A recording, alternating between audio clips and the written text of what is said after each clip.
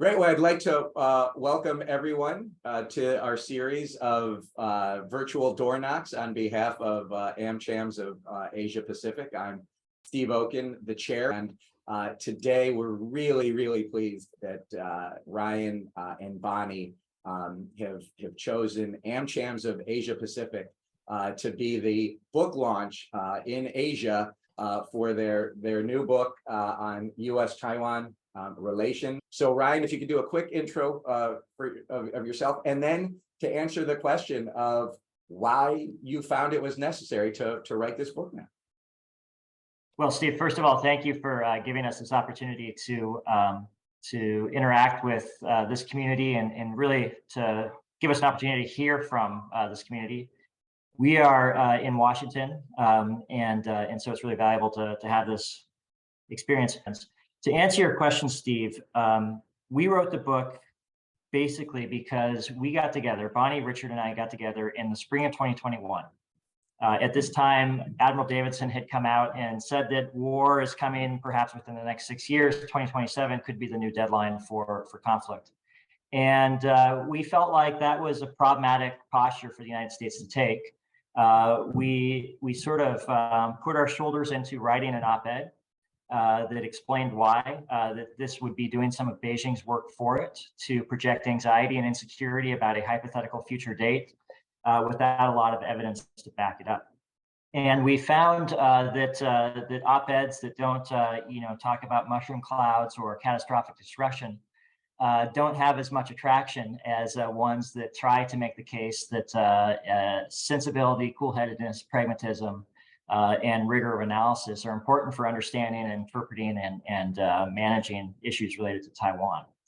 And so after we'd faced a round of rejections, we eventually were able to publish our op-ed on the NPR website. So I don't begrudge anyone who missed it. But we got together for lunch and we said, damn it, we need to do something about this because the narrative was just sort of galloping away in the direction of anxiety, insecurity, and sort of wobbliness. And that lunch turned into a conversation about writing a book, which culminated last week with the publication of the book that you're giving us this opportunity to talk about. And one of the efforts that we wanted to undertake through this was to try to recall some of the ingredients that have allowed us to keep the peace in the Taiwan Strait for the past 40 plus years. To really put a focus on some of these first principles. And some of these include a stubborn insistence that disputes across the Taiwan Strait be resolved peacefully in a manner that reflect the will of the Taiwan people. An awareness that Taiwan is really not a problem with an American solution. Neither side is looking for the United States to mediate this dispute. And the goal of the United States policy isn't to solve disputes that are longstanding and really sort of residual from the Chinese Civil War, but to try to preserve peace and stability in the Taiwan Strait. And that as a democratic society, the people of Taiwan have agency in determining their own future. They are not a pawn in some great power competition. And ultimately, Taiwan is not a card to be played in some grand great power competition. Being for Taiwan to show toughness against China really isn't a way to demonstrate friendship to the people of Taiwan.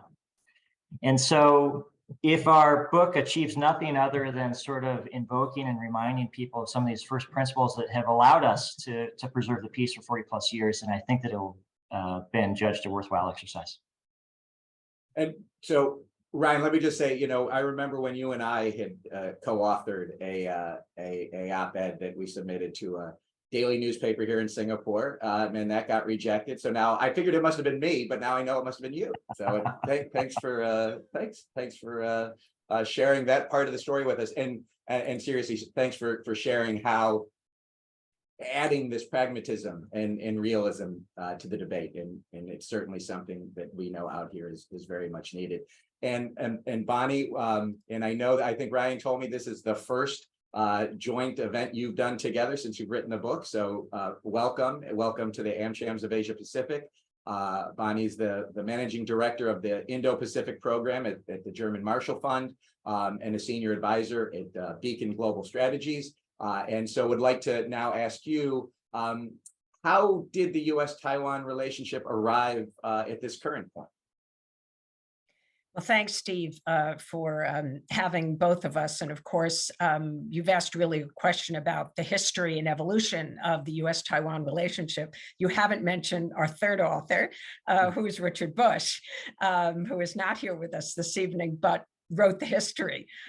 So I will not do adequate justice to it, stating a couple of points, but I will try. And I really want to highlight a few what I see as really crucial turning points in the US-Taiwan relationship.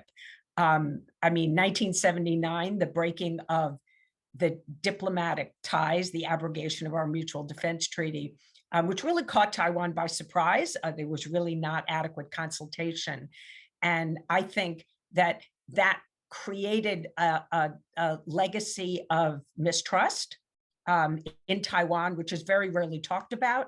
My dear friend who passed away 10 years ago now, Nancy Burnkoff Tucker, wrote a great deal about that.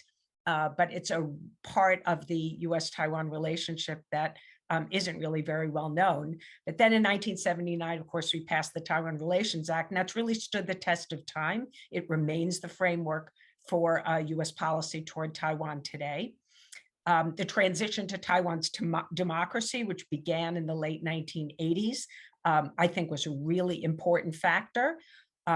Just the fact that Taiwan emerged as a vibrant democracy, I think, has been the single most important factor contributing to the strengthening of US-Taiwan relations. The defense relationship began to change in, I would say, 1996 with the Taiwan Strait crisis and China's firing of missiles near Taiwan.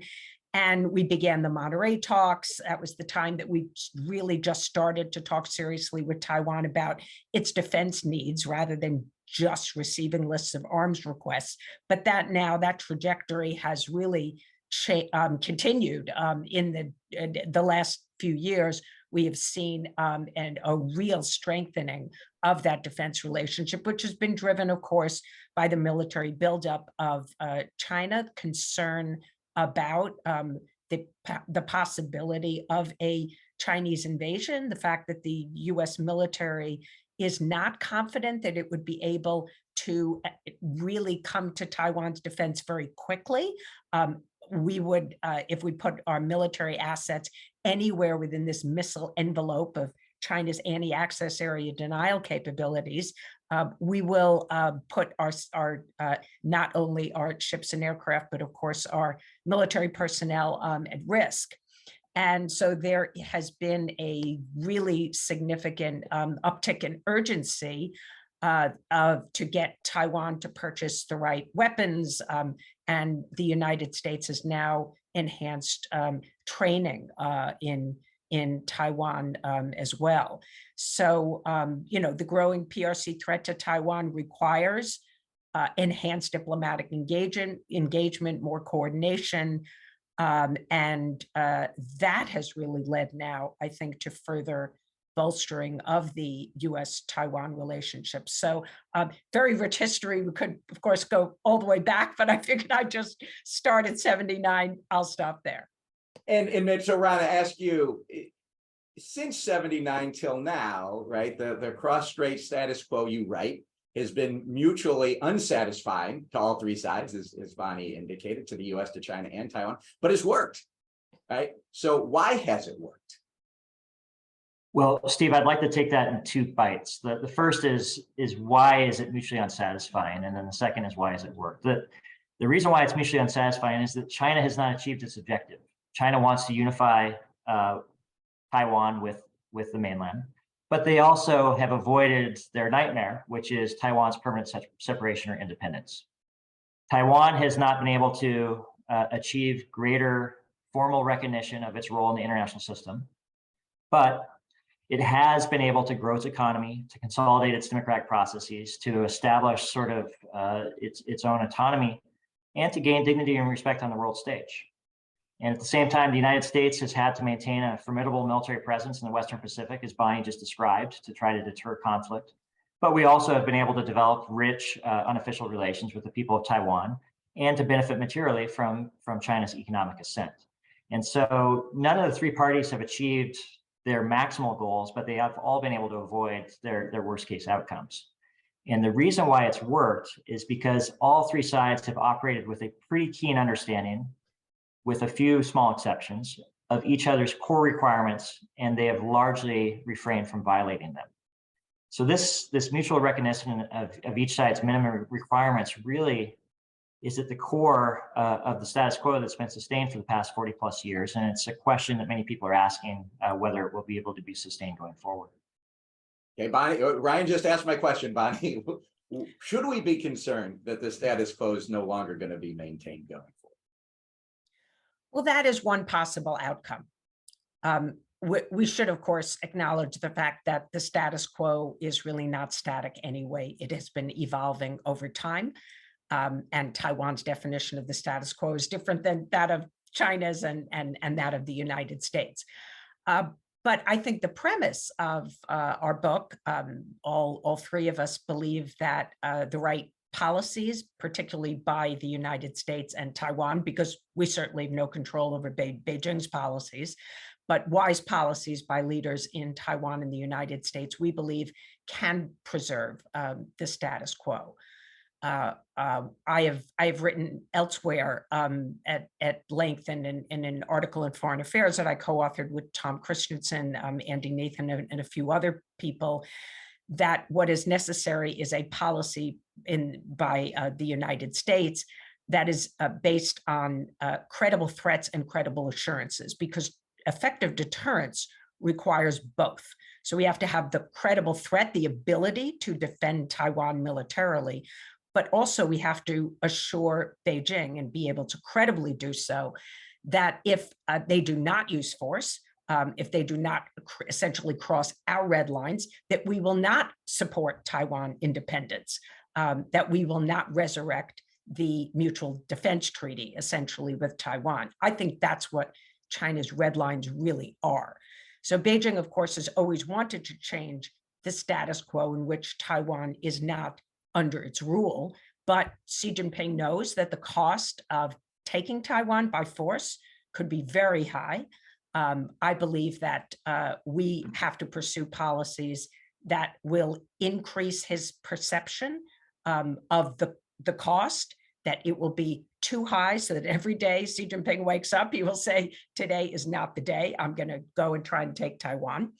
And I believe, and I think Ryan shares this view, that Russia's invasion of Ukraine has probably induced even greater caution and increased the perception in Xi Jinping's mind of the cost that he might pay, because if the PLA were to try to take Taiwan and fail, that could weaken Xi Jinping's position.